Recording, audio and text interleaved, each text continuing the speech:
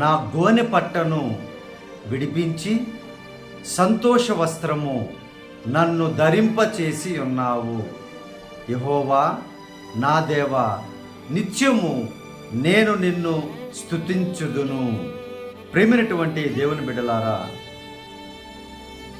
జీవితము ఎలా అయిపోయిందంటే సంతోషముగా ఉండేటువంటి దినములు, సంవత్సరములు, మాసములు తగ్గిపోతూ ఉన్నాయి. భయంకరమైనటువంటి వేదన, శోధన, ఏడుపు ఇవన్నీ ఎక్కువ అవుతూ ఉన్నాయి. ప్రభు యొక్క వాగ్దానము ఏం మాట్లాడుతుందనంటే, నీవు ఎప్పుడైతే ప్రభువుని నిత్యము స్తుతించేటువంటి ఒక మనస్సులోనికి వస్తావో అప్పుడు ఆయన నీ గోని పట్టను